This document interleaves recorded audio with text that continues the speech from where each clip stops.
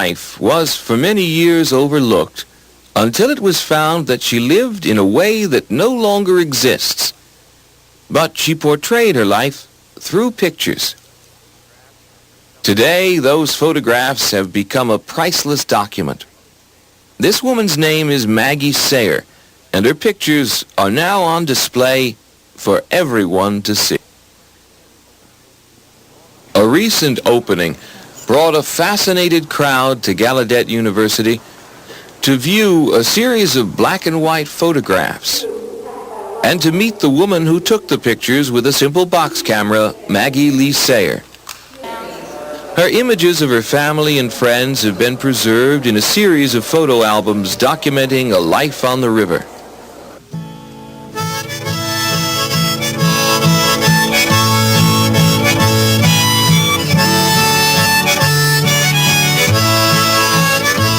The Tennessee River dominates life in western Tennessee. In the first half of this century, many families lived in homemade houseboats, following the river and their livelihood.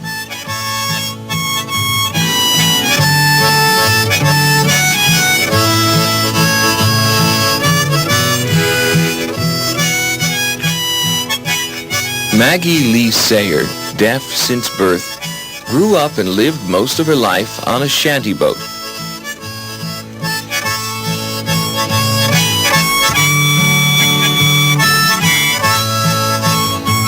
Except for a few years at the Kentucky School for the Deaf, Maggie spent every day, rain or shine, working with her parents to bring in a cash crop, catfish. As more modern fishing methods came into use, people moved on to the land, sometimes taking their houseboats with them. Today, the Sayers houseboat sits in a field more than a mile from the river Maggie loves.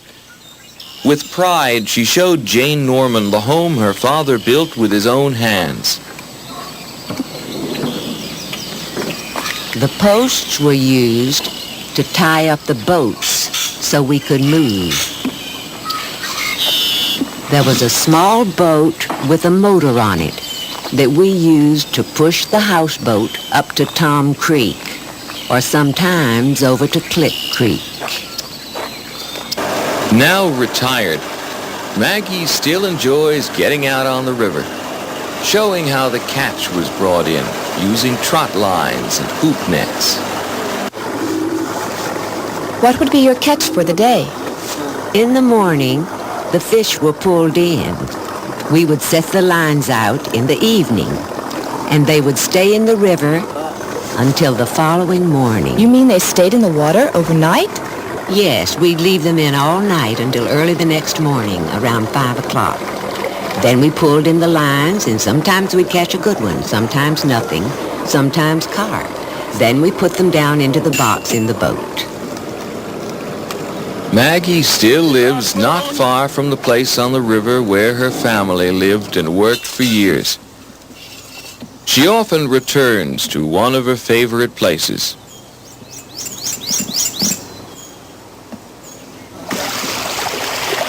We didn't stay in one place. I told you, we were at Perryville, and after Perryville, we went down to Pickwick Dam, then back to the Perryville Bridge. But we didn't stay there long because the musselers dragged the area and broke my father's nets. We've also lived up at Tom Creek, but we found this was the best place. We stayed here a long time.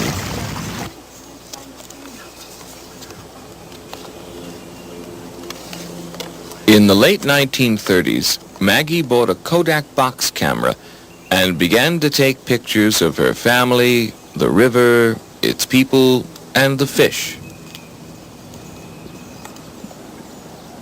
I bought this camera at the drugstore in Parsons.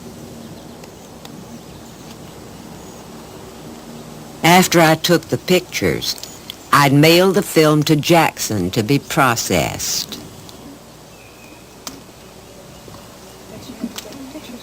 It would take a week to get the pictures back. I would get the mail over at my neighbor's house. Some of the pictures would be good, some fair, some okay. Folklorist Tom Rankin was one of the first to recognize the importance of Maggie's snapshots. It's not only important as a document of a particular lifestyle and a particular time, but it's also the expression of a person who could not hear and cannot hear, and who found photography to be a very meaningful way to express herself and to express intimate feelings about her family. When we caught a large fish, I'd take a picture before it was sold. Then I could remember the big fish hanging on the scale. I took these pictures before we sold the fish.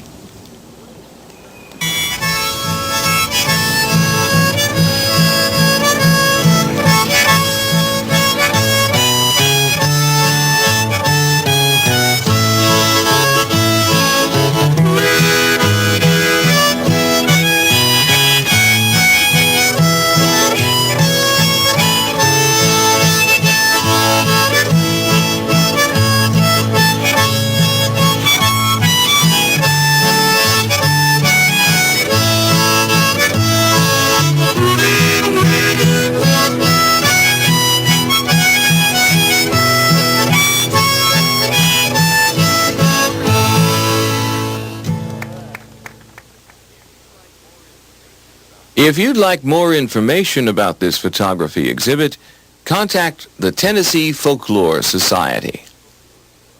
The Tennessee Folklore Society, Middle Tennessee State University, Box 201, Murfreesboro, Tennessee 37130. Eventually, Maggie's pictures will be on permanent display at the Pilot Knob River Folklife Center, which overlooks the Tennessee River near Camden, Tennessee. There was a man who